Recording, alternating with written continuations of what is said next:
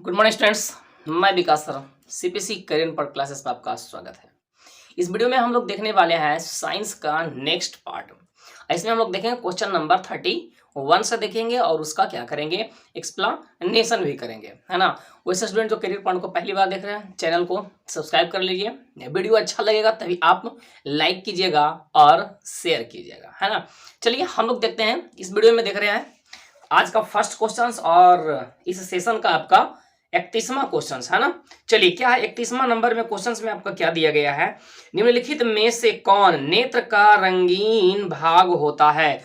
ए number में cornea, B number में retina, सी number में परितारिका और डी नंबर में आपका पुतली। सही आंसर आपका क्या हो जाएगा, सी हो जाएगा, परितारिका, जिसे इंग्लिश में हम लोग क्या कहते हैं, आइरिस कहते हैं। क्या कहते हैं, आइरिस कहते हैं। आइरिस के रंग के कारण ही हमारा रंग जो होता है रंग बिरंगा अलग अलग कलर का दिखता है ना। तो आज का आपका आंसर क्या हो जाएगा, सी नंबर हो जाएगा। चलिए हम लोग समझते हैं। सबसे पहले आपका आंसर क्या हो जाएगा, है ना। चलिए समझिएगा, आंख का रंग, है ना, आंख का रंग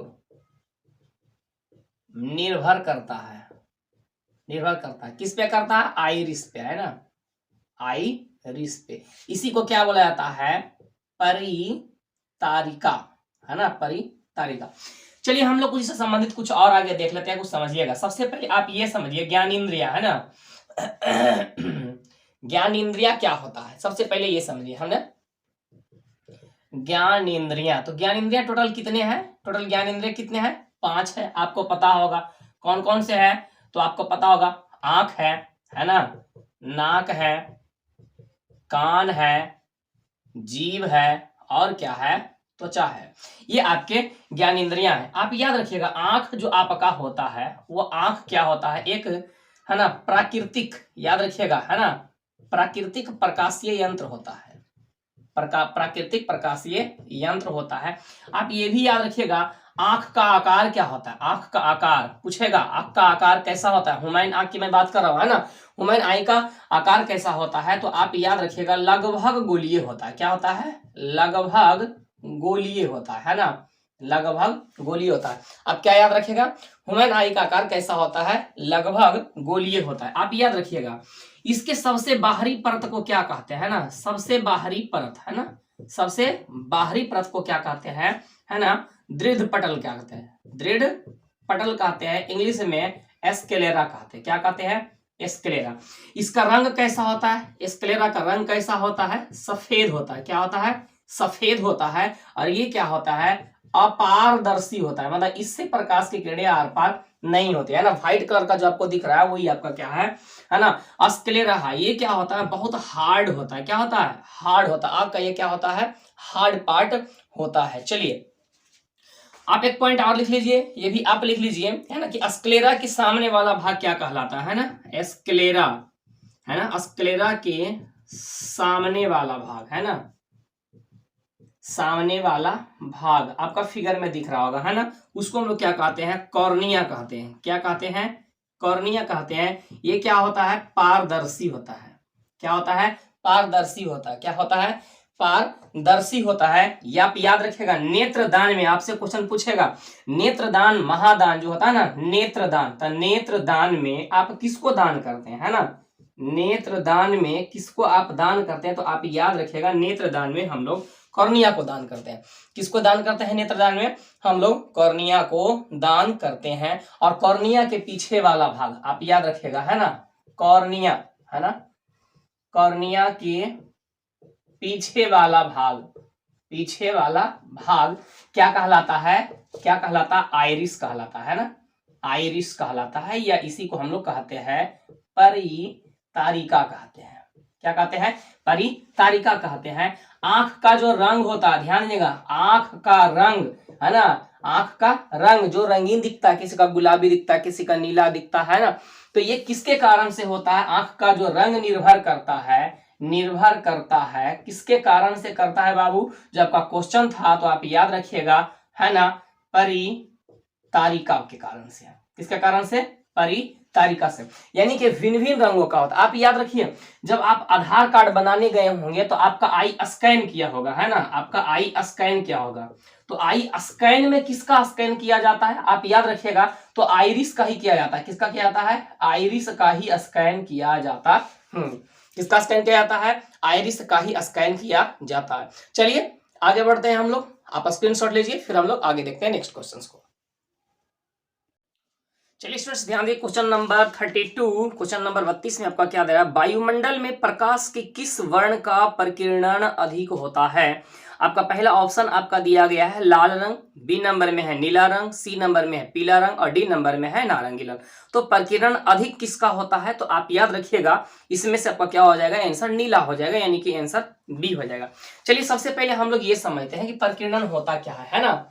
चलिए आप सबसे पहले समझिए परिकिरण क्या होता है ना, परिकिरण क्या होता है समझने की आप कोशिश कीजिएगा, है ना।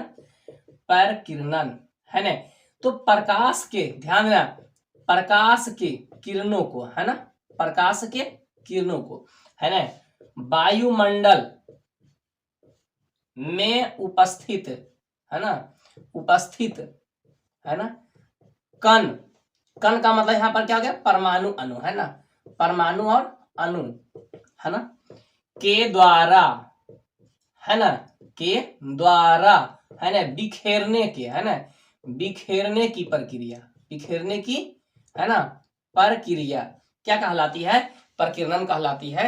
तो सबसे पहले आप समझिए कि प्रकीर्णन में से सबसे ज्यादा प्रकीर्णित कौन होती है और सबसे कम प्रकीर्णित कौन होती है, ये समझिएगा, है ना, ध्यान दीजिएगा। सबसे पहले सूर्य के प्रकाश में कितने रंग होते हैं, है ना, सूर्य प्रकाश में, है ना, कुल रंग कितने होते हैं, 7 होते हैं। आप याद रखिएगा कौन कौन से होते हैं, आप ये भी लिख लीजिए, है ना, बै, जा, नी, ह, पी, ना, ला।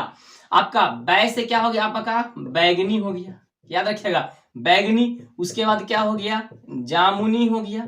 उसके बाद क्या हो गया, नीला हो गया। उसके बाद क्या हो गया, हरा हो गया। उसके बाद क्या हो गया, आपका पीला हो गया। और ना से आपका क्या हो गया, नारंगी हो गया। और ला से आपका क्या हो गया, लाल हो गया।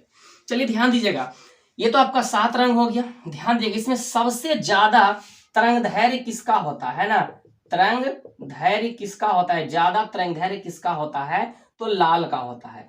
लाल का क्या होता है, अधिक होता है। और सबसे कम तरंग धैर्य किसका होता है, कम किसका होता है, तो आप याद रखिएगा बैगनी का होता है। कम किसका होता है, बैगनी का। अधिक किसका होता है, लाल का। एक बात याद रखिएगा, है ना, जिसका तरंग धैर्य, है ना, जिसका तरंग धैर्य, तरंग धैर्य जितना अधिक होगा, है ना, जितना अधिक होगा, अधिक होगा, है ना, उसका परिकिरणन उतना क्या होगा, कम होगा। उतना क्या होगा, कम होगा। इस बात को आप याद रखिएगा। ये बात किसने कहा था, तो ये भी आप लिख लिए, रेले नामक वैज्ञानिक ने कहा था। किसने कहा था, रेले नामक वैज्ञानिक ने कहा था। तो सबसे ज्यादा तरंग धैर्य किसका है, लाल का है ना, किसका है सबसे ज्यादा तरंग धैर्य, लाल का है। तो सबसे कम प्रकीर्णन किसका होगा, लाल का होगा। सबसे कम तरंग धैर्य किसका होता है, आपका बैगनी का होता है। तो सबसे ज्यादा प्रकीर्णित कौन होगा, बैगनी। लेकिन आपका ऑप्शन में क्या दिया गया है, नीला। तो आप क्या मारिएगा, नीला मारिएगा। चलिए ध्यान दीजिएगा, आगे हम लोग थोड़ा सा इसे और समझ लेते हैं कुछ, है ना। यहाँ पे मैं लिख लेता हूं, है ना, प्रकीर्णन के घटना, है ना, प्रकीर्णन के कारण कौन कौन सी घटना होती है, जो ध्यान दीजिएगा। पूछता है आपका आकाश का रंग नीला, आकाश का रंग नीला किसके कारण से, प्रकीर्णन के कारण से होता है। आपसे पूछेगा गहरा समुद्र का रंग, ध्यान दीजिएगा, गहरा समुद्र का रंग नीला किसके कारण से, प्रकीर्णन के कारण से। किसके कारण से, प्रकीर्णन के कारण से। ध्यान दीजिएगा, पूछता है अंतरिक्ष का रंग काला, अंतरिक्ष का रंग कैसा, काला होता है। यहाँ पर प्रकीर्णन नहीं होता, इसके कारण से होता है ना। बादल का रंग कैसा होता है, बादल का रंग, बादल का रंग सफेद प्रकीर्णन के कारण से होता है। बादल का रंग सफेद किसके कारण से होता है, प्रकीर्णन के कारण से होता है। एक बात और लिख लीजिए, है ना, सूर्योदय, है ना, सूर्योदय एवं सूर्यास्त, है ना, सूर्यास्त के समय, ध्यान दीजिएगा, सूर्य का रंग कैसा होता है, लाल होता है, किसके कारण से, प्रकीर्णन के कारण से होता है ना। आप इसका स्क्रीनशॉट लीजिए, फिर हम लोग आगे देखते हैं ना। चलिए स्टूडेंट्स ध्यान दिए, क्वेश्चन नंबर 33 आपका क्या दिया गया है, प्रकाश की किस घटना के कारण सूर्य हमें वास्तविक सूर्योदय से लगभग 2 मिनट पूर्व दिखाई देने लगता है। पहला है आपका ए नंबर है प्रकाश का प्रवर्तन, दूसरा है बी नंबर है प्रकाश का वायुमंडलीय अपवर्तन, सी नंबर में है प्रकाश का प्रकीर्णन और डी नंबर में है वायुमंडलीय अपवर्तन एवं प्रकीर्णन दोनों के कारण से होता है। तो आप याद रखिएगा बी नंबर में, इसका सही आंसर क्या होगा, बी हो जाएगा, वायुमंडलीय अपवर्तन के कारण से हो जाएगा, है ना, वायुमंडलीय अपवर्तन के कारण से होगा।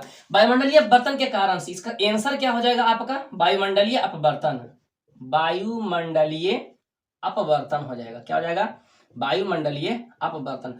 आप ये याद रखिएगा कि वायुमंडलीय अपवर्तन के कारण, वायुमंडलीय अपवर्तन के कारण कौन कौन सी घटना होती है, जो आप याद रखिएगा।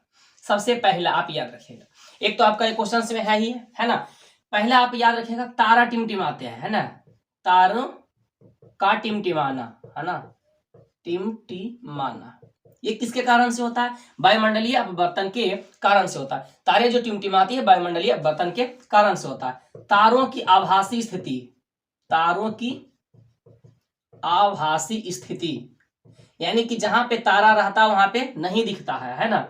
तीसरा आप ये भी याद रखिएगा, है ना, तीसरा पॉइंट आप ये भी लिख लीजिए, अग्रमिक सूर्योदय, है ना, अग्रिम सूर्योदय और विलंबित सूर्यास्त, है ना, विलंबित सूर्यास्त। ये कितना देर होता है, 2 मिनट पहले, है ना, 2 मिनट पहले आपका क्या हो जाता है, पहले क्या हो जाता है, सूर्योदय हो जाता है ना, सूर्योदय हो जाता है। और 2 मिनट बाद, रियल टाइम से 2 मिनट बाद आपका क्या होता है, सूर्यास्त होता है। जैसे मान लिया जाए कि अगर आपको कहीं पे लिखा हुआ है कि 6 बज के, ध्यान दीजिएगा, 6:30 पे सूर्योदय होगा, इसका मतलब 6:32 तक क्या आपका सूर्य दिखाई देगा। अगर आपके कह दिया कि सूर्योदय, है ना, सूर्योदय 5:40 पर होगा, इसका मतलब 5:38 से ही आपका सूर्य दिखना शुरू हो जाता है मॉर्निंग में। एक पॉइंट और इसमें लिख लीजिएगा, क्या लिख लीजिएगा, है ना, सूर्योदय, है ना, सूर्योदय एवं सूर्यास्त के समय, एवं सूर्यास्त के समय, है ना, सूर्य का, है ना, गोल यानी अंडाकार, ध्यान दीजिएगा, अंडाकार दिखाई देना, लेकिन दोपहर के समय, है ना, लेकिन दोपहर के समय कैसा, वृत्तीय दिखाई देना, है ना, वृत्तीय दिखाई देना। ये सभी वायुमंडलीय अपवर्तन के कारण से घटना घटती है। इससे रिलेटेड बहुत सा क्वेश्चन आपसे पूछा जाता है। आप इसका स्क्रीनशॉट लीजिए, फिर हम लोग अगला क्वेश्चन को देखते हैं। चलिए स्टूडेंट्स ध्यान दिए, नेक्स्ट क्वेश्चन आपका क्वेश्चन नंबर 34 में क्या दिया गया है, हमारे घरों में जो विद्युत आपूर्ति की जाती है वह होता है। ए नंबर ऑप्शन आपका दिया गया है 220 वोल्ट पर दिष्ट धारा का मतलब होता है डीसी करंट, है ना। बी नंबर में दिया 12 वोल्ट पे डीसी करंट, और सी नंबर में है 220 वोल्ट पे प्रत्यावर्ती धारा दिया है, या डी नंबर में 12 वोल्ट पे प्रत्यावर्ती मतलब अल्टरनेट करंट यानी कि एसी करंट होता है। तो इसका सही आंसर क्या हो जाएगा स्टूडेंट्स, इसका सही आंसर हो जाएगा सी, 220 वोल्ट पे प्रत्यावर्ती धारा हो जाएगा। चलिए इससे संबंधित कुछ और हम लोग देख लेते हैं। सही आंसर इसका तो आपको मिल गया, है ना, इसका सही आंसर आपका क्या हो जाएगा, आंसर आपका हो जाएगा सी नंबर हो जाएगा, है ना। चलिए हम लोग देख लेते हैं एसी और डीसी के बारे में थोड़ा सा देख लेते हैं, है ना। एसी को हम लोग कहते हैं अल्टरनेटिंग, है ना, करंट, इसी को हम लोग बोलते हैं प्रत्यावर्ती धारा। और इधर मैं लिख लेता हूं डीसी, है ना, डीसी यानी कि डायरेक्ट करंट, इसको हम लोग क्या बोलते हैं, है ना, दिष्ट धारा बोलते हैं, क्या बोलते हैं इसको हम लोग, दिष्ट धारा बोलते हैं। एक को हम लोग बोलते हैं एसी और दूसरा को हम लोग क्या बोलते हैं, डीसी बोलते हैं, है ना। एसी करंट और डीसी करंट हो गया, है ना। दिष्ट धारा ऐसे लिखाएगा, है ना, दिष्ट धारा। चलिए समझिएगा, है ना। एसी का क्या होता है, अगर मैं बात करूं इसका, है ना, परिणाम की बात करूं तो परिणाम और दिशा, है ना, और दिशा, ध्यान दीजिएगा, इसका दोनों बदलते रहता है ना, बदलता है, इसका दोनों क्या होता है, बदलता है। लेकिन अगर मैं बात करता हूं डीसी की, अगर मैं बात करता हूं तो क्या होता है, परिणाम बदलता है ना, इसका परिणाम क्या होता है, परिणाम जो होता है वो बदलता है, बदलता है। लेकिन इसका दिशा क्या होता है, नहीं बदलता है ना, बदलता है तो नहीं बदलता है। आप समझ करके लिखिएगा, मैं शॉर्ट्स नोट्स की तरह लिखता हूं, है ना, लॉन्ग में नहीं लिखता हूं ताकि आपको आसानी से याद हो जाए, है ना। अब ध्यान दीजिएगा, इसे हम क्या कर सकते हैं, उत्पन्न हम कर सकते हैं। एसी को उत्पन्न करना क्या होता है, आसानी से हो जाता है। लेकिन अगर मैं बात करूंगा डीसी की बात करूंगा तो डीसी को उत्पन्न करने में क्या होती है, काफी कठिनाई होती है ना। तीसरा पॉइंट मैं इसका और भी लिख लेता हूं, समझिएगा, है ना। इसे आसानी से बदले सकते हैं, ध्यान दीजिएगा, इसे डीसी में आसानी से बदल सकते हैं, है ना, आसानी से बदल सकते हैं, बदल सकते हैं। और इसमें हम क्या लिख सकते हैं, इसे एसी में बदलने में क्या होती है, कठिनाई होती है, क्या होती है, कठिनाई होती है। ध्यान दीजिएगा, ये सामान्यतः अपेक्षा, ये क्या होती है, अपेक्षा, ये क्या होती है, अपेक्षा अधिक घातक होता है, अधिक घातक होता है। कहने का मतलब हुआ ये हमारे लिए क्या होता है, ज्यादा घातक होता है अपेक्षा इसके तुलना में, और ये अपेक्षा क्या होता है, अपेक्षा कम घातक होता है, कम घातक होता है। ध्यान दीजिएगा, हम लोग जो घर में बॉल जलाते हैं, फैन जलाते हैं, हीटर कूलर वगैरह कुछ भी जलाते हैं, वो किससे जलाते हैं, हम लोग चलाते हैं, तो हम लोग चलाते हैं एसी से चलाते हैं। किससे चलाते हैं, एसी करंट से चलाते हैं, है ना, डीसी से नहीं चलाते हैं। डीसी फैन अलग होता है ना, डीसी बल्ब अलग होता है। हम लोग घर में जो बल्ब वगैरह भी जलता है वो किससे जलता है, तो एसी से चलता है ना। डीसी फैन अलग होता है, एसी फैन अलग होता है ना। चलिए, बैटरी में जो स्टोरेज रहता है, जो बैटरी में हमारा जो स्टोरेज रहता है वो क्या रहता है, तो वो डायरेक्ट करंट रहता है, आपका डीसी रहता है, वो एसी नहीं रहता है। चलिए आप इसका स्क्रीनशॉट लीजिए, फिर हम लोग अगला क्वेश्चन को देखते हैं।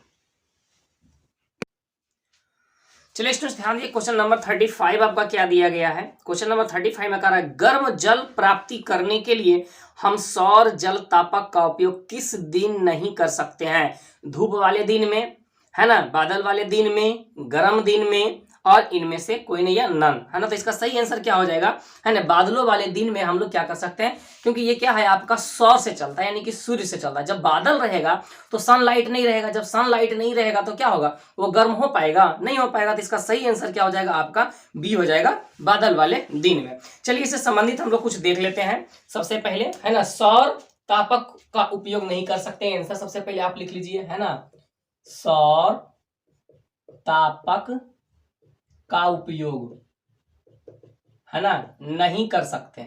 कब नहीं कर सकते हैं, तो आप याद रखिएगा, बादलों वालों दिन में, है ना, बादलों के दिन में, जब बादल रहेगा तब आप नहीं कर सकते।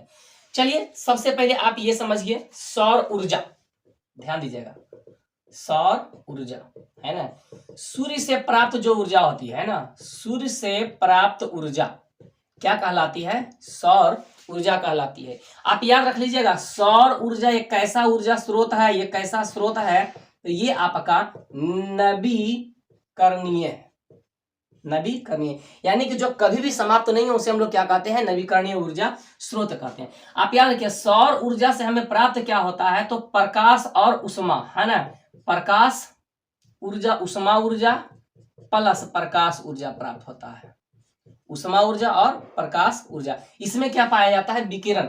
हालांकि मैं उसको आगे मैं देखूंगा, उसकी बात करूंगा। आप ये भी याद रखिएगा, सभी ऊर्जा का, है ना, सभी ऊर्जा का एकमात्र स्रोत, एकमात्र स्रोत पूछ देगा तो आप क्या याद रखिएगा, सूर्य याद रखिएगा।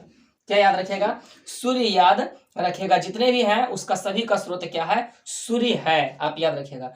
उसके बाद हम लोग समझ लेते हैं सौर ऊर्जा युक्ति कौन कौन से है ना, सौर ऊर्जा युक्ति, सौर ऊर्जा युक्ति। जैसे आपका एक तो है जो आपका क्वेश्चंस में दिया गया था, है ना, सौर जल तापक। सौर जल तापक, इसे हम लोग क्या करते हैं, है ना, जल को गर्म करते हैं, जल को गर्म करने में उपयोग करते हैं, है ना, आपका फिगर दिख रहा होगा। दूसरा सोलर कुकर। सोलर कुकर, इसका उपयोग हम लोग करते हैं खाना बनाने में, है ना, खाना बनाने में। याद रखिएगा इसमें अवतल दर्पण का उपयोग किया जाता है, ये क्वेश्चन पूछता है, अवतल दर्पण का उपयोग किया जाता है। तीसरा आप लिख लीजिए, है ना, सौर सेल, है ना, सौर सेल। सौर सेल, सौर सेल क्या करता है आपका, है ना, आपका सूर्य ऊर्जा को, सूर्य ऊर्जा ये आप कह सकते हैं कि विकिरण ऊर्जा आप कह सकते हैं या सूर्य ऊर्जा कह सकते हैं। तो ये क्या करता है, सौर ऊर्जा को किस में बदल देता है, विद्युत ऊर्जा में। किस में बदल देता है, विद्युत ऊर्जा में, विद्युत ऊर्जा में बदल देता है ना। ये आप ये भी यहीं पे लिख लीजिएगा, सौर सेल में प्रयोग किया जाता है किसका, है ना, तो प्रयोग किया जाता है दो अर्ध धातु का प्रयोग किया जाता है। किसका, अर्ध धातु का प्रयोग किया जाता है। वह अर्ध धातु कौन कौन से होते हैं, सिलिकॉन, है ना, सिलिकॉन और जर्मेनियम। सिलिकॉन और जर्मेनियम का उपयोग किया जाता है ना। चलिए आप इसका स्क्रीनशॉट ले लीजिए, है ना, इससे भी संबंधित आपका क्वेश्चन पूछता है। फिर हम लोग आगे देखते हैं। चलिए स्टूडेंट्स ध्यान दिए, क्वेश्चन नंबर 36 आपका क्या दिया गया, निम्नलिखित में से कौन सा ऊर्जा स्रोत सौर ऊर्जा का व्युत्पन्न नहीं है। ए नंबर ऑप्शन में दिया गया भूतापीय ऊर्जा, बी नंबर में दिया पवन ऊर्जा, सी नंबर में दिया आपका कोयला और डी नंबर में आपका दिया है पेट्रोलियम। तो सही आंसर आपका क्या हो जाएगा, भूतापीय ऊर्जा, है ना। भूतापीय ऊर्जा आपका क्या है, वो सौर ऊर्जा का व्युत्पन्न नहीं है, सौर ऊर्जा से उसे कोई भी मतलब नहीं है। बाकी मैं थोड़ा सा बताता, पवन ऊर्जा, तो हमारे पृथ्वी पर सूर्य की प्रकाश की किरणें जब पड़ती है तो हमारा वायुमंडल जब गर्म होता है तभी आपकी क्या चलती है, पवनें चलती है। फिर आप बात करते हैं कोयला की बात करते हैं, या फिर आप बात करते हैं पेट्रोलियम की बात करते हैं। तो कोयला किससे बनता है, पेड़ पौधा से बनता है, और पेड़ पौधा किसके ऊपर निर्भर करता है, सूर्य के प्रकाश पे, तभी वो भोजन बनाता है। पेट्रोलियम किससे बनता है, तो जीव जंतुओं के मरने सड़ने गलने के बाद से बनता है। तो यह भी किस पे डिपेंड हो जाता है, आपका सूर्य पे डिपेंड होता है, अन्यथा नहीं हो पाएगा, है ना। तो आपका आंसर क्या हो जाएगा, भूतापीय ऊर्जा। चलिए थोड़ा सा हम समझ लेते हैं भूतापीय ऊर्जा के बारे में, है ना। आंसर आपका क्या हो जाएगा, भूतापीय ऊर्जा। भूतापीय ऊर्जा आपका हो जाएगा, आंसर हो जाएगा, है ना। समझिएगा, सबसे पहले आप ये समझिए कि हमारा जो अर्थ है ना, हमारा जो अर्थ है, पृथ्वी जो है ना, हमारा जो अर्थ है, पृथ्वी है, उसको अगर मैं आंतरिक विभाजित करूं तो 3 भाग में। सबसे ऊपर वाले भाग को भूपर पट्टी कहते हैं, क्या कहते हैं, भूपर पट्टी। बीच वाले भाग को, है ना, प्रवार कहा जाता है, और सबसे आंतरिक वाले भाग को क्या कहा जाता है, कोर कहा जाता है। ध्यान दीजिएगा, इस कोर भाग में ही क्या होता है, आपका मैग्मा होता है। क्या होता है, मैग्मा होता है। और मैग्मा किसमें होता है, तो पिघली हुई चट्टान होता है इसमें, है ना, पिघली हुई चट्टाने होती हैं, चट्टाने होती हैं, जिसमें क्या होता है, निकेल प्लस फेरस होता है ना। इसमें आपका क्या होता है ना, गैसें होती है। क्या होती है, गैसें होती है, जिसके कारण से इसमें क्या होता है, ताप भी ज्यादा होता है। ध्यान दीजिएगा, जब ये पिघली हुई होती है तो इसका क्या बनता है, जब इसका भाप बनता है, भाप बनता है, तो भाप निकल के कहाँ आ जाता है, आपका इस बीच वाले भाग में आपका जो चट्टाने होती है ना, इसमें जो चट्टाने होती है, या ऊपर वाले भाग में, इन दोनों के बीच में जो चट्टाने होती है, उसमें आकर के क्या होते हैं, फंस जाते हैं। जैसे मान लीजिए यहाँ पे अगर ये चट्टाने हैं, है ना, तो ये आपका क्या है, फंस गए आकर के, क्या चीज फंस गया, आकर भाप आकर के फंस गया। अगर इन सभी क्षेत्रों से होकर के अगर मान लिया कोई जल जाएगा, क्या जाएगा, जल, पानी जाता है, तो जल कैसा निकलेगा, गर्म जल निकलेगा। क्या जल निकलेगा, गर्म जल निकलेगा। इसी स्थान पे क्या किया जाता है, होल करके, है ना, इसी स्थान पे जब पता लगाया जाता है तो इसमें होल करके यहाँ से जो आपका भाप निकल रहा है ना, इसमें क्या लगा दिया जाता है, टरबाइन लगा दिया जाता है। क्या लगा देता है, टरबाइन लगा दिया जाता है। जब टरबाइन घूमता है तो आपका क्या चीज उत्पन्न होता है, विद्युत उत्पन्न होता है। क्या उत्पन्न होता है, विद्युत धारा उत्पन्न होता है। फिर हम लोग क्या करते हैं, बड़े बड़े पावर ग्रिड में उसे जमा करके और फिर हम लोग क्या करते हैं, उसको आगे बढ़ा देते हैं, है ना। चलिए आप इसका स्क्रीनशॉट लीजिए, फिर हम लोग आगे बढ़ते हैं। चलिए स्टूडेंट्स ध्यान दिए, क्वेश्चन नंबर आपका 37 में क्या दिया गया है, दर्पण के सामने किसी भी दूरी पर स्थित वस्तु का प्रतिबिंब सीधा प्रतीत होता है तो वह दर्पण क्या होगा, है ना। यानी कि कहीं पर भी वस्तु अगर आप रखते हैं तो उसका प्रतिबिंब कैसा बनता है, सीधा बनता है। तो इसका आंसर क्या हो जाएगा, ए नंबर में दिया केवल समतल दर्पण में, केवल अवतल दर्पण में, केवल उत्तल दर्पण में, या तो समतल अथवा उत्तल दर्पण की बात करें, ध्यान दीजिएगा। तो आप याद रखिएगा, आंसर इसका क्या हो जाएगा, डी हो जाएगा, है ना। अकॉर्डिंग टू ऑप्शन आंसर क्या हो जाएगा, डी, या तो समतल दर्पण या तो उत्तल दर्पण। चलिए हम लोग इसका एक्सप्लेनेशन समझ लेते हैं तो ज्यादा अच्छा रहेगा, है ना। आंसर आपका क्या हो जाएगा, डी हो जाएगा। सबसे पहले समझिए समतल में, है ना, समतल दर्पण समझिएगा। तो समतल दर्पण क्या होता है ये समझिए, है ना, जिसका परावर्तक सतह क्या हो, है ना। जैसे मान लीजिए इधर मैंने क्या कर दिया, रजतित कर दिया, क्या कर दिया, रजतित, समझिएगा। रजतित जिसको कहते हैं सिल्वर्ड कहते हैं। रजतित किससे रहता है, एल्युमिनियम से रहता है या फिर चांदी से रहता है। आपका ऑप्शन में ज्यादा चांदी ही देता है ना, आप याद रखिएगा, एल्युमिनियम से भी रहता है। ये आपका क्या रहता है, परावर्तक सतह। क्या होता है, परावर्तक सतह। तो इसका परावर्तक सतह कैसा होता है, समतल होता है, इसीलिए इसको हम लोग क्या कहते हैं, समतल दर्पण कहते हैं। आप ये समझिएगा, समतल दर्पण में जो प्रतिबिंब होता है ना, प्रतिबिंब होता है वो कैसा बनता है, तो आप याद रखिएगा, काल्पनिक बनता है। क्या बनता है, काल्पनिक बनता है। और काल्पनिक प्रतिबिंब कैसा होता है, सीधा होता है। क्या होता है, सीधा होता है, हमेशा सीधा होता है, आप याद रखिएगा। तीसरा पॉइंट आप इसमें ये भी याद रखिएगा, वस्तु के समान आकार होता है, वस्तु के समान आकार का होता है प्रतिबिंब। आप ये भी याद रखिएगा, जितना दूरी पर वस्तु होता है ना, जितना दूरी पर वस्तु दर्पण से, है ना, वस्तु, है ना, उतनी ही दूरी पर क्या बनेगा, पीछे दूरी पर क्या बनता है, प्रतिबिंब बनता है। आप याद रखिएगा, उतना ही दूरी पे क्या बनता है, प्रतिबिंब। इसमें क्या होता है, आपका पार्श्व परिवर्तन होता है, पार्श्व परिवर्तन होता है। पार्श्व परिवर्तन, पार्श्व परिवर्तन का मतलब क्या हुआ, लेफ्ट का राइट लेफ्ट का राइट और राइट का लेफ्ट दिखना पार्श्व परिवर्तन कहलाता है। ध्यान दीजिएगा, इसका जो आवर्धन होता है, इसका जो आवर्धन होता है ना, इसका आवर्धन क्या होता है, एक होता है। क्या होता है, एक होता है। और क्या होता है, धनात्मक होता है। क्या होता है, एक होता है, धनात्मक होता है। आप याद रखिएगा, इसका त्रिज्या कितना होता है, इसका त्रिज्या कितना होता है बाबू, अनंत होता है। क्या होता है, इसका त्रिज्या अनंत होता है। अगर मैं बात करूं आपका, है ना, उत्तल दर्पण की, किसका मैं बात करता हूं, उत्तल दर्पण की बात करता हूं, तो आप याद रखिएगा, उत्तल दर्पण हमेशा किसी वस्तु का, हमेशा कैसा प्रतिबिंब बनाता है, किसी वस्तु का काल्पनिक बनाता है और सीधा बनाता है और वस्तु से छोटा बनाता है।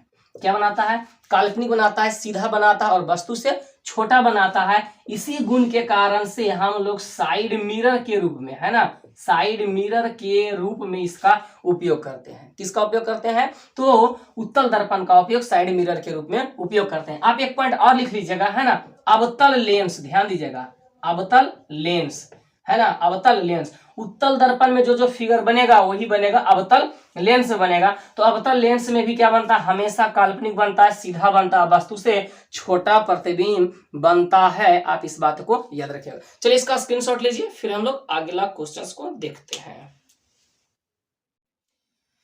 चलिए स्टूडेंट्स ध्यान दिए, क्वेश्चन नंबर 38 में आपका क्या दिया गया, किसी कार का अग्रदीप में, है ना, किसी कार का अग्रदीप जो हेडलाइट होता है ना गाड़ी का, में प्रयुक्त दर्पण निम्नलिखित में से कौन सा होता है, अवतल दर्पण होता है, उत्तल दर्पण होता है, समतल दर्पण होता है, समतल या उत्तल होता है। इसका सही आंसर क्या हो जाएगा, आपका ए नंबर हो जाएगा, है ना, अवतल दर्पण हो जाएगा। चलिए हम लोग इसका एक्सप्लेनेशन देख लेते हैं। सबसे पहले समझिएगा, दर्पण का उपयोग, आंसर तो आपका क्या हो जाएगा, आपका आंसर ए हो जाएगा, अवतल दर्पण, है ना, अवतल दर्पण हो जाएगा। ध्यान दीजिएगा, हम लोग देख लेते हैं, यूज देख लेते हैं, दर्पण का उपयोग, है ना, दर्पण का उपयोग आपका लॉन्ग क्वेश्चन में भी आ जाएगा, 2 नंबर में भी आएगा, तो आप बना लीजिएगा। सबसे पहला हम लोग देखते हैं समतल का, है ना, समतल दर्पण की मैं बात करता हूं, तो किसमें क्या आता है, चेहरे देखने में, चेहरे देखने में किया जाता है।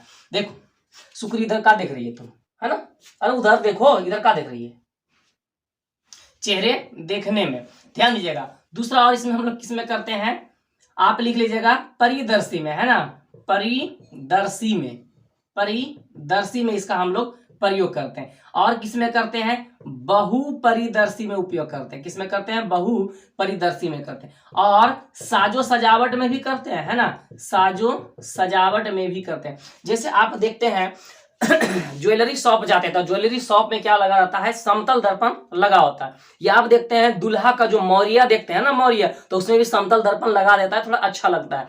महिलाओं के, है ना, ढकलियों के आप देखते होंगे जो साड़ियां पहनते हैं उसमें भी क्या करता है? समतल दर्पण काट काट कर क्या करता है? लगा देता है। तो साजो सजावट में भी आप लिख सकते हैं। दूसरा आप लिख लीजिए, है ना, उत्तल दर्पण, है ना, उत्तल दर्पण। उत्तल दर्पण में तो मुख्य रूप से आप याद रखिएगा, हमेशा क्वेश्चन पूछता है साइड मिरर, है ना, साइड मिरर गाड़ी में जो लगा होता है, ट्रक, बस, टेम्पो, ये सब के जो बगल में या बाइक के बगल में जो रहता है, कौन सा दर्पण रहता है? तो आप याद रखिएगा उत्तल दर्पण रहता है ना। साइड मिरर में आप याद रखिए स्ट्रीट लाइट, है ना, स्ट्रीट लाइट, है ना, गली में जो लाइट लगा होता है ना, पॉल पे जो लाइट लगा होता है, रोड के किनारे में जो लगा होता है, इस प्रकार से, है ना, फिगर देख रहे हैं, तो उसमें क्या लगा होता है? आपका उत्तल दर्पण का प्रयोग किया जाता है। चलिए अवतल का भी आप लिखिए लीजिए, है ना, अवतल का आप लिख लीजिए, है ना, किसमें? हजामती दर्पण में, है ना, हजामती दर्पण में आपसे पूछेगा तो किसमें? हजामती का मतलब हुआ बाल दाढ़ी बनाने में, है ना। देखो ये ढगला बाल बना रहा है ना, दाढ़ी बना रहे हैं ना, देखो, है ना, तो इसमें आपका किसका प्रयोग किया जाता है? आपका, है ना, अवतल दर्पण का उपयोग किया जाता है। आप ये भी आप लिख सकते हैं। और किसमें किया जाता है? सोलर कुकर में, है ना, सोलर कुकर में किसका उपयोग किया जाता है? अवतल दर्पण का उपयोग किया जा सकता है। और आप दंत विशेषज्ञ जो डॉक्टर होते हैं ना, दंत विशेषज्ञ जो डॉक्टर होते हैं वो लोग किसका प्रयोग करते हैं? है ना, देखो ढकलियों का दांत देखो दिख रहा है ना, दंत विशेषज्ञ लोग भी प्रयोग करते हैं। इसके अलावा और किसमें प्रयोग किया जाता है? तो सर्च लाइट में क्या आता है? किसमें क्या आता है? Search light. Search light, search light का मतलब खोजने वाला जो लाइट होता है ना, किसी भी चीज को लाइट यानी कि टॉर्च में जो उसका होता है पीछे वाला भाग जो होता है, किसका होता है? अवतल का होता है। और गाड़ी के अग्रदीप जो आपका क्वेश्चन था, गाड़ी के, है ना, अग्रदीप में किसका प्रयोग किया जाता है? अवतल दर्पण का प्रयोग किया जाता है, उपयोग किया जाता है। आप इसका स्क्रीनशॉट लीजिए, फिर हम लोग आगे देखते हैं। चलिए स्टूडेंट्स ध्यान दीजिए, क्वेश्चन नंबर 39 में क्या दिया? निम्नलिखित में से किसका वर्तनांक सबसे अधिक होता है? निम्नलिखित का मतलब इन्हीं चारों में से ऑप्शन देकर के बताना है। ए नंबर में वायु है, बी नंबर में बर्फ है, सी नंबर में कांच है, डी नंबर में क्या आपका दिया गया? हीरा दिया है। तो अकॉर्डिंग टू ऑप्शन आंसर आपका क्या हो जाएगा? डी हो जाएगा, हीरा। लेकिन क्यों होगा? ध्यान दीजिएगा, अगर हम अब वर्तनांक के बारे में, सभी के वर्तनांक के बारे में जान लेते हैं तो आंसर खोजना बहुत आसान हो जाएगा। चलिए हम लोग सबसे पहले ये समझ लेते हैं, आंसर तो आपका क्या हो जाएगा बाबू? आंसर क्या हो जाएगा आपका? हीरा हो जाएगा, डी हो जाएगा। सबसे पहले आप ये समझिए अपवर्तनांक होता क्या है? अपवर्तनांक क्या होता है? तो आप याद रखिएगा, है ना, निर्वात में प्रकाश की चाल, निर्वात में प्रकाश की चाल अब बटे किसी माध्यम में प्रकाश की चाल, जिसे हमें निकालना है ना, किसी माध्यम में प्रकाश की चाल, प्रकाश की चाल, इन दोनों के अपवर्तनांक, इन दोनों के अनुपात को क्या कहते हैं? अपवर्तनांक कहते हैं। इसका पूछ देगा आपका मात्रक होता है, तो याद रखिएगा ये मात्रकहीन होता है। ये क्या होता है? मात्रकहीन होता है, मतलब इसका कोई भी मात्रक नहीं होता है। चलिए कुछ का आप अपवर्तनांक लिख लीजिए, है ना, कुछ का आप अपवर्तनांक लिख लीजिए। जैसे निर्वात का अपवर्तनांक, है ना, निर्वात का आप लिख लीजिएगा कितना होता है? 1। हवा का अपवर्तनांक कितना होता है? 1.0003, है ना। बर्फ का अपवर्तनांक कितना होता है? बर्फ का कितना होता है? 1.31। आप लिखते जाइएगा, है ना। कांच का अपवर्तनांक कितना होता है? कांच का अपवर्तनांक कितना होता है? तो 1.33 होता है ना। कांच का अपवर्तनांक कितना होता है? 1.33 होता है। चलिए कहीं गलती ना लिख दिया, कांच का होता है 1.52, है ना। पानी का अपवर्तनांक, पानी का अपवर्तनांक 1.33 होता है। और हीरा का आप लिख लीजिएगा, हीरा का 2.42 होता है ना। निर्वात का 1, हवा का 1.003, बर्फ का 1.31, कांच का 1.52, पानी का 1.33, हीरा का 2.42। आप ये भी याद रखिए। चलिए प्रकाश की चाल भी आप लिख लीजिए यहीं पे, है ना। प्रकाश की चाल जो एकदम वीवीआई पूछता है, ध्यान दीजिएगा, पहला आपका है ना निर्वात में प्रकाश की चाल, तो आप याद रखिएगा 3 × 10⁸ मीटर पर सेकेंड होता है। दूसरा हवा या वायु में प्रकाश की चाल 3 × 10⁸ मीटर पर सेकेंड, याद रखिएगा लगभग होता है, यानी कि निर्वात से कुछ कम होता है, लेकिन हम लोग मान करके उतना ही चलते हैं। तीसरा आप याद रख लीजिएगा है ना पानी में, है ना पानी में प्रकाश की चाल 2.25 इंटू है ना 10⁸ मीटर पर सेकेंड होता है। और चौथा आप याद रख लीजिएगा कांच में प्रकाश की चाल जो होता है 2 × 10⁸ मीटर पर सेकेंड होता है। चलिए आप इसका स्क्रीनशॉट ले लीजिए, फिर हम लोग आगे बढ़ते हैं। चलिए स्टूडेंट्स ध्यान दिए, क्वेश्चन नंबर 40 में आपका क्या दिया है, निम्नलिखित में से किस लेंस को अभिसारी लेंस कहते हैं। ए नंबर में है उत्तल लेंस, बी में है अवतल लेंस, सी में है उत्तल एवं अवतल दोनों, और डी नंबर में आपका है बाईफोकल लेंस। सही आंसर आपका क्या हो जाएगा, उत्तल लेंस हो जाएगा। क्या हो जाएगा सही आंसर, उत्तल लेंस, ए हो जाएगा आंसर। आपका आंसर क्या हो जाएगा, ए उत्तल लेंस हो जाएगा। चलिए समझिए, सबसे पहले 2 पॉइंट यहां पर समझिएगा। सबसे पहले अपसारी का मतलब क्या होता है। अपसारी का मतलब होता है ना फैलना। क्या होता है, फैलना, यानी कि एक बिंदु से निकल करके विभिन्न दिशाओं में अगर किरणें फैलती है तो उसे हम लोग क्या कहते हैं, अपसारी कहते हैं। ध्यान दीजिएगा, अभिसारी अगर वर्ड आ जाए, अभिसारी का मतलब क्या होता है, एक बिंदु पर मिलना, है ना, एक बिंदु पर मिलना। क्या होता है, एक बिंदु पर मिलना। जैसे आप समझिए विभिन्न दिशाओं से प्रकाश की किरण आकर के एक बिंदु पर अगर मिल जाए तो उसे हम लोग क्या कहते हैं, अभिसारी कहते हैं। अब यहां से आप समझिएगा 2 पॉइंट जो आता है आपका, एक आता है आपका अपसारी, ध्यान दीजिएगा दर्पण की मैं बात कर रहा हूं, अपसारी दर्पण की मैं बात कर रहा हूं। तो आप याद रखिएगा अपसारी दर्पण अगर आपसे पूछेगा तो हो जाएगा उत्तल दर्पण हो जाएगा। क्या हो जाएगा, उत्तल दर्पण। लेकिन अगर आपसे पूछ दे अपसारी लेंस पूछ दे, क्या पूछ दे, अपसारी लेंस, तो क्या हो जाएगा, अवतल लेंस हो जाएगा। क्या हो जाएगा, अवतल लेंस हो जाएगा। दूसरा अगर आपसे पूछ दे अभिसारी, ध्यान दीजिएगा अभिसारी दर्पण, अभिसारी दर्पण पूछ दे, जो आपका क्वेश्चन था उसी से रिलेटेड मैं बोल रहा हूं, सब ध्यान दीजिएगा। अभिसारी दर्पण पूछ दे तो आप लिख लीजिएगा अवतल दर्पण लिखिएगा।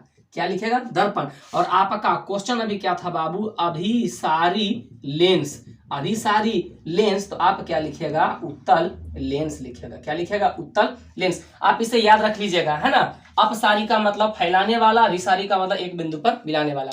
आप स्क्रीनशॉट लीजिए, है ना, उसके बाद हम लोग आगे क्वेश्चंस को देखते हैं। चलिए स्टूडेंट्स ध्यान दिए, क्वेश्चन आपका दिया है क्वेश्चन नंबर 41 कह रहा है निम्नलिखित में से कौन उभयलिंगी है ना। उभयलिंगी, उभयलिंगी को क्या कहते हैं, द्विलिंगी कहते हैं। क्या कहते हैं, द्विलिंगी। ऑप्शन ए नंबर में दिया आपका केचुआ, बी नंबर में दिया मेढक, सी नंबर में दिया मछली, और डी नंबर में आपको क्या दिया, कछुआ। आंसर क्या हो जाएगा आपके ऑप्शन के हिसाब से, आंसर क्या हो जाएगा, ए नंबर में हो जाएगा केचुआ। सबसे पहले ये समझिए कि ये होता क्या चीज है, ध्यान दीजिएगा। सबसे पहले आप आंसर लिख लीजिए, आंसर आपका क्या हो जाएगा, ए नंबर में हो जाएगा, है ना, केचुआ। क्या हो जाएगा, केचुआ हो जाएगा। सबसे पहले ये समझिएगा लिंग के आधार पे, है ना, लिंग के आधार पर, है ना, लिंग के आधार पे जीव को जो बांटा गया है, ध्यान दिए 2 भाग में बांटा गया है। पहला को हम लोग कहते हैं एक लिंगी, है ना, एक लिंगी। ध्यान दिएगा जिसमें क्या हो, जिसमें नर यानी कि मेल, है ना, तथा है ना मादा यानी कि फीमेल, फीमेल क्या होते हैं, अलग अलग होते हैं। क्या होते हैं, अलग अलग होते हैं, उसे हम लोग क्या कहते हैं, एक लिंगी कहते हैं। जैसे मैं प्राणी में, है ना, प्राणी में कुछ एग्जाम्पल दे देता हूं, आपका एनिमल में कुछ एग्जाम्पल देता हूं। जैसे हम मनुष्य हो गए, है ना, कुत्ता हो गया, बिल्ली हो गया, है ना, ये सब क्या होते हैं, तो एक लिंगीय होते हैं। क्या होते हैं, एक लिंगीय। इसमें मेल अलग होता है, फीमेल अलग होता है, दोनों एक ही में नहीं होता। जैसे हम एक मेल है ना, लड़कियां फीमेल होती है, उसी प्रकार से हम लोग क्या देखते हैं, सी कैट होता है, ही कैट होता है, सी, है ना, सी डॉग होता है, ही डॉग होता है, जिसको हम लोग बिच भी बोलते हैं। ध्यान दीजिएगा, है ना, तो अलग अलग होता है। इसमें क्या होता है, मेल अलग होते हैं, फीमेल अलग होते हैं। लेकिन अगर मैं बात करूं, जैसे इसी में एक लिंगी में अगर मैं बात करता हूं, पादप में, है ना, प्लांट में अगर मैं बात करता हूं, तो आपसे जो क्वेश्चन पूछता है कि एक लिंगी कौन है, तो आप याद रखिएगा, है ना, ज्यादा मैं नहीं लिखूंगा, पपीता और तरबूज, पपीता और तरबूज, है ना, इन दोनों को आप याद रखिएगा, हमेशा क्वेश्चंस में पूछता है। दूसरा आपका होता है, ध्यान दीजिएगा, द्विलिंगी। द्विलिंगी या इसी को हम लोग कहते हैं उभयलिंगी कहते हैं। क्या कहते हैं? उभयलिंगी। ये आप याद रखिएगा, जिसमें क्या होता है, नर और मादा दोनों क्या होते हैं, दोनों एक ही जीव में होते हैं, एक ही जीव में होते हैं या एक ही पौधों में होते हैं। वो क्या कहलाता है? द्विलिंगी या उभयलिंगी होता है। जैसे आप प्राणी में, एनिमल में, आप एग्जाम्पल में आप लिख लीजिएगा। सबसे पहला तो केचुआ आप लिख लीजिएगा, है ना, केचुआ। आप जोंक आपका पिक आप देख रहे होंगे, फिगर आपको दिख रहा होगा, स्क्रीन पे दिख रहा होगा फिगर, है ना। जोंक हो गया, घोंघा हो गया, आप घोंघा जानते होंगे, है ना। तारा मछली हो गया, है ना, तारा मछली। स्टार फिश जिसको हम लोग बोलते हैं ना, स्टार फिश हो गया, है ना। ये सब आपका क्या होते हैं? द्विलिंगीय होते हैं। अगर मैं बात करूं पादप में, बात करूं प्लांट में, मैं बात करूं तो आप याद कर लीजिएगा द्विलिंगी कौन कौन से होते हैं। जो ज्यादा क्वेश्चंस पूछता है उसकी मैं बात कर रहा हूं, है ना। गुलहड़ का फूल जो होता है ना, वो होता है ना। सरसों होता है आपका, मटर होता है, कद्दू होता है, ये सब आपका क्या होता है ना, द्विलिंगी है, वह लिंगीय होते हैं। आप इसका स्क्रीनशॉट लीजिए, फिर हम लोग अगला क्वेश्चन देखते हैं। चलिए स्टूडेंट्स ध्यान दीजिए, क्वेश्चन नंबर 42 है ना। 42 में आपका क्या है दिया है, स्क्रीन पे दिख रहा होगा ना। या मेंडल ने अपने प्रयोग के लिए किस पौधे को चुना था? ध्यान दीजिए, किस पौधे को चुना? आम को चुना, गुलाब को चुना, गेहूं को चुना, मटर को चुना। तो मेंडल ने अपने प्रयोग के लिए किस पौधे को चुना था? तो मटर के लिए चुना था। आंसर आपका क्या हो जाएगा? डी हो जाएगा। आंसर क्या हो जाएगा? डी हो जाएगा, यानी कि मटर हो जाएगा। ध्यान दीजिएगा, सबसे पहले अनुवांशिकता, है ना, अनुवांशिकता का जनक या अनुवांशिकी का जनक किसे कहा जाता है? जनक। तो आप याद रखिएगा किसको कहा जाता है ना, ग्रेगर जॉन मेंडल को कहा जाता है, ग्रेगर जॉन मेंडल। इसने जो सबसे पहले प्रयोग किया था अनुवांशिकता के लिए, किस पे प्रयोग किया था? तो मटर के पौधा पे किया था, मटर के पौधा पर क्या था। ये दोनों क्वेश्चन पूछता, अनुवांशिकता का जनक, अनुवांशिकी का जनक कौन है? तो ग्रेगर जॉन मेंडल है। प्रयोग में किसका लिया था? मटर के लिया था। आपका लॉन्ग क्वेश्चन में या 2 नंबर के क्वेश्चन में पूछता क्यों लिया था, ध्यान दीजिएगा, है ना। मटर के पौधे या मटर के पौधे का प्रयोग क्यों किया, है ना, क्यों किया? ध्यान दीजिएगा, सबसे पहला तो आप रीजन में क्या लिखिएगा, इसमें सभी गुण मौजूद होते हैं, है ना, इसमें सभी लक्षण होते हैं। क्या होते हैं? सभी लक्षण होते हैं, इसके कारण से लिया था। ये क्या होता है? द्विलिंगी होता है, अभी मैंने बताया था। ये क्या होता है? द्विलिंगीय होते हैं। इसमें क्या होते हैं? स्वपरागन होता है, यानी कि, है ना, उसी फूल में मेल भी होता है, सॉरी उसी पादप में मेल भी होता है, उसी पादप में फीमेल होता है। तो परागन करने के लिए किसी दूसरे पादप पे निर्भर करना नहीं पड़ता है। तीसरा, चौथा, है ना, इसका बीज, है ना, इसका बीज आसानी से उपलब्ध हो जाता है ना, आसानी से उपलब्ध हो जाता है, इसके कारण से। पांचवा, आप और ज्यादा खुश होइएगा तो लिख लीजिएगा, है ना, ये ज्यादा स्थान नहीं घेरता है, अधिक स्थान नहीं घेरता है ना। इन सभी रीजंस के कारण से उसने क्या किया था? किसका प्रयोग किया था? मटर के पौधा का प्रयोग किया था। किसने? ग्रेगर जॉन मेंडल ने। आप इसका स्क्रीनशॉट लीजिए, फिर हम लोग आगे की ओर बढ़ते हैं। चलिए स्टूडेंट्स ध्यान दें, नेक्स्ट क्वेश्चन आपका क्या दिया गया है? निम्न में से कौन एक अवशेषी अंग है? निम्न में से कौन से एक अवशेषी अंग है? ऑप्शन में आपका क्या दिया है? रीढ़ की हड्डी, अंगूठा, कान या अपेंडिक्स। तो अकॉर्डिंग टू ऑप्शन आपका आंसर क्या हो जाएगा? डी। अपेंडिक्स एक क्या है? अवशेषी अंग है।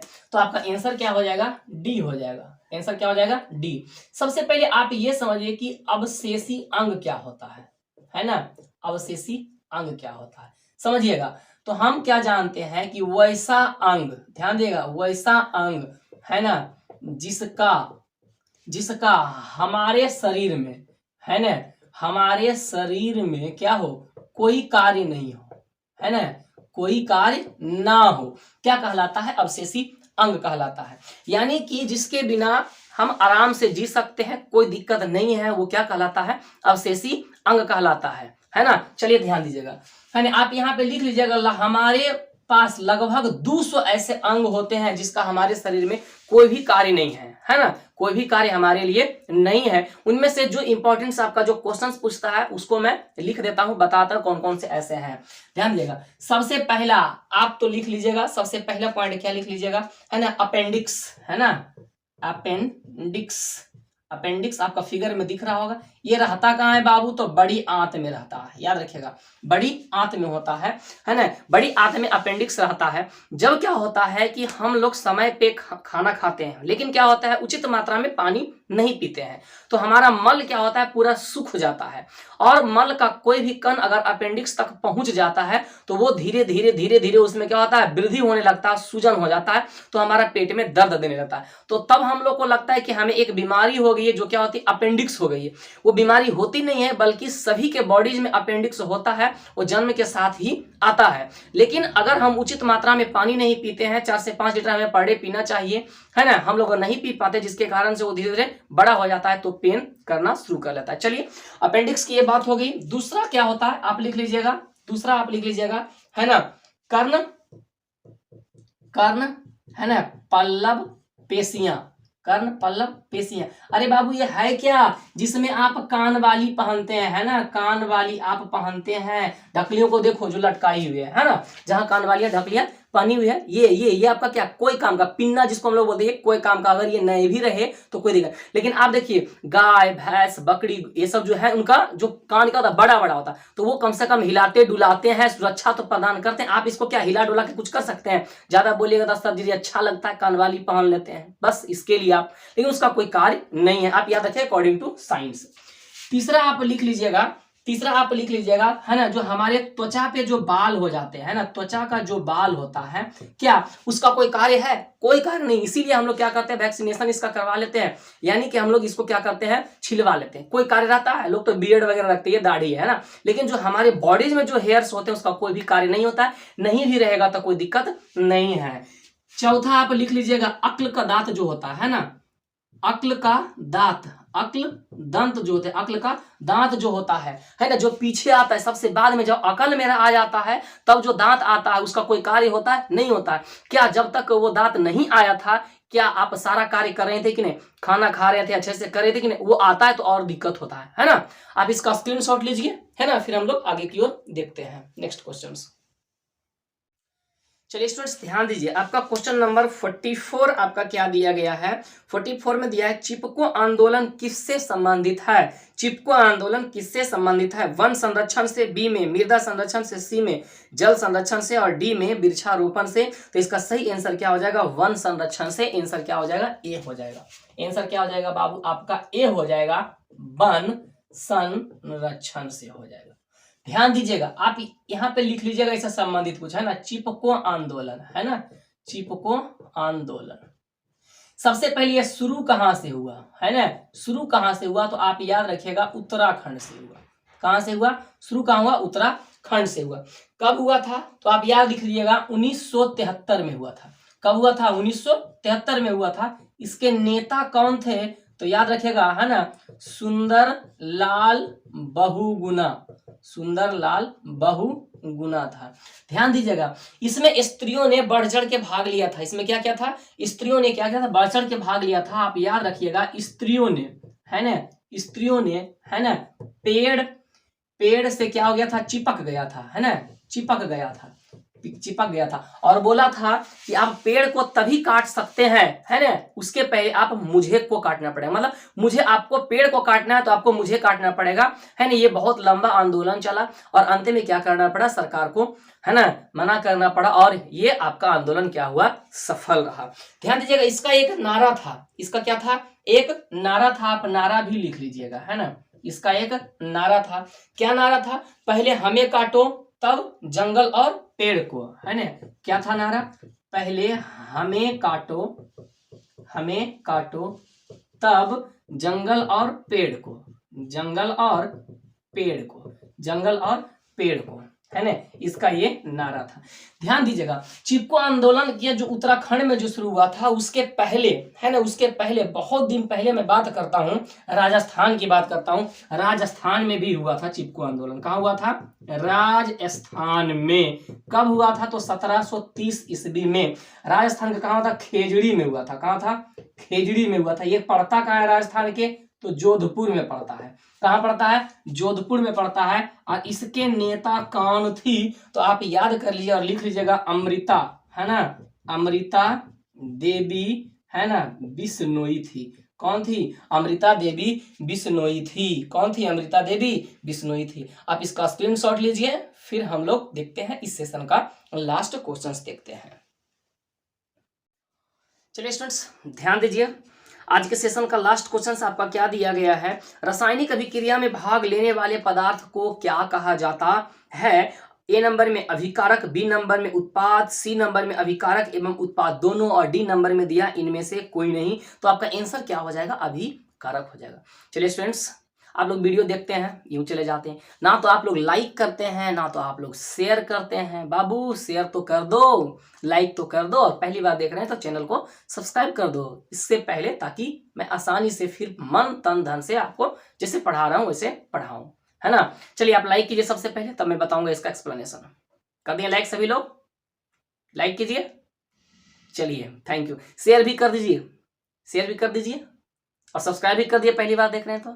चलिए ठीक है, बहुत अच्छे बच्चे, बहुत अच्छे, है ना। चलिए हम लोग देखते हैं। सबसे पहले आप समझिए इसका आंसर क्या हो जाएगा बाबू? अभिकारक हो जाएगा। इसका आंसर क्या हो जाएगा? ए नंबर में दिया आपका अभिकारक। समझिएगा, सबसे पहले आप समझिए रासायनिक अभिक्रिया क्या होता है ना। रासायनिक अभिक्रिया क्या होता है आप समझिएगा, है ना, जिसमें, है ना, मैं शॉर्ट में लिखता हूं, कोई भी चीज को मैं शॉर्ट में लिखता हूं ताकि आसानी से आप याद कर सके, है ना। जिसमें दो या दो से, है ना, अधिक पदार्थ, है ना, अधिक पदार्थ, है ना। शॉर्ट में इसलिए मैं लिखता हूं ताकि आपको आसानी से याद हो जाए, है ना। जिसमें दो या दो से अधिक पदार्थ, रासायनिक परिवर्तन, है ना, रुक जाइए थोड़ा सा, है ना, रासायनिक परिवर्तन द्वारा, है ना, दो या, है ना, दो से अधिक या एक भी, है ना, नए भिन्न गुण वाले, है ना, नए भिन्न गुण वाले क्या करता है? पदार्थ का निर्माण करता है। पदार्थ का निर्माण करता है। क्या कहलाता है? रासायनिक अभिक्रिया। जैसे समझिएगा आप, हाइड्रोजन, हाइड्रोजन को मैंने लिया तो हाइड्रोजन ये क्या करता है? आपका एक अति ज्वलनशील गैस होता है हाइड्रोजन, है ना। और मैंने क्या लिया? ऑक्सीजन लिया। ऑक्सीजन एक क्या है? अगर कहीं पे आग लग जाता है ना, तो उसे मदद करता है और अत्यधिक जलने में। क्या करता है? और अत्यधिक मदद करता है जलने में, है ना। ये दहन का एक पोषक तत्व होता है। कौन सा? आपका ऑक्सीजन, है ना। लेकिन जब ये दोनों अभिक्रिया करता है तो क्या बन जाता है? आपका जल बन जाता है। ध्यान दीजिएगा, ये होता है जलने वाला। क्या होता है? जलने वाला होता है ना। और ये आपका क्या होता है? जलाने वाला होता है। क्या होता है? जलाने वाला होता है। और जब दोनों मिल जाता है तो बन जाता है जल, जिसको हम लोग क्या कहते हैं? बुझाने वाला। क्या कहते हैं? बुझाने वाला। तो आप देख रहे हैं इन दोनों में अभिक्रिया हुआ तो एक नए भिन्न गुण वाला नया पदार्थ का निर्माण हुआ, है ना, एक नए भिन्न गुण वाला। अब ध्यान दीजिएगा, जो जो अभिक्रिया में भाग लिया, तो अभिक्रिया में भाग कौन कौन लिया? हाइड्रोजन लिया और ऑक्सीजन लिया। इसको हम लोग क्या कहते हैं? अभिकारक कहते हैं। जो आपका क्या था? क्वेश्चन था। और अभिक्रिया के बाद याद रखिएगा, तीर के निशान के बाद, तीर का निशान हमेशा लेफ्ट टू राइट होता है। तीर के निशान के बाद जो भी बनेगा उसको हम लोग क्या कहते हैं? उत्पाद कहते हैं। इसको रिएक्टेंट कहते हैं। इसको क्या कहते हैं? प्रोडक्ट कहते हैं। आप लिख लीजिएगा रासायनिक परिवर्तन। पूछता है निम्नलिखित में से कौन सा रासायनिक अभिक्रिया या रासायनिक परिवर्तन है ना। रासायनिक परिवर्तन, रासायनिक परिवर्तन के उदाहरण ध्यान दीजिएगा। श्वसन की क्रिया कैसी है? श्वसन की क्रिया कैसी है? रासायनिक अभिक्रिया है। भोजन का पाचन कैसी है? रासायनिक है। आप याद रखिए, लोहा में जंग लगना, लोहा का जंग लगना कैसी अभिक्रिया है? रासायनिक अभिक्रिया। अंगूर का किण्वन, किण्वन का मतलब अंगूर का सड़ना, है ना। दारू बनाने के पहले हम फलों को सड़ाते हैं, अंगूर को सड़ाते हैं ना, अंगूर का किण्वन। ये आपका क्या, कंपोस्ट का बनना, है ना, कंपोस्ट खाद, है ना, गिनौरा जिसको हम लोग गाँव घर में बोलते हैं, कंपोस्ट का बनना, ये कैसी अभिक्रिया है, रासायनिक अभिक्रिया का उदाहरण आता है। आप कह सकते हैं दूध का खट्टा होना, दूध का खट्टा होना, खट्टा होना कैसे अभिक्रिया है, रासायनिक अभिक्रिया के उदाहरण है। आप ये कह सकते हैं फलों का पकना, फलों का पकना, ये सब आपका कैसा है, रासायनिक अभिक्रिया के उदाहरण है, रासायनिक परिवर्तन के उदाहरण है। चलिए स्टूडेंट्स, इस वीडियो में हम लोग रहते हैं इतना ही। आप सभी लोग लाइक कर दीजिए, शेयर कर दीजिए, पहली बार देख रहे हैं तो चैनल को सब्सक्राइब कर दीजिए। थैंक यू, जय हिंद, जय भारत।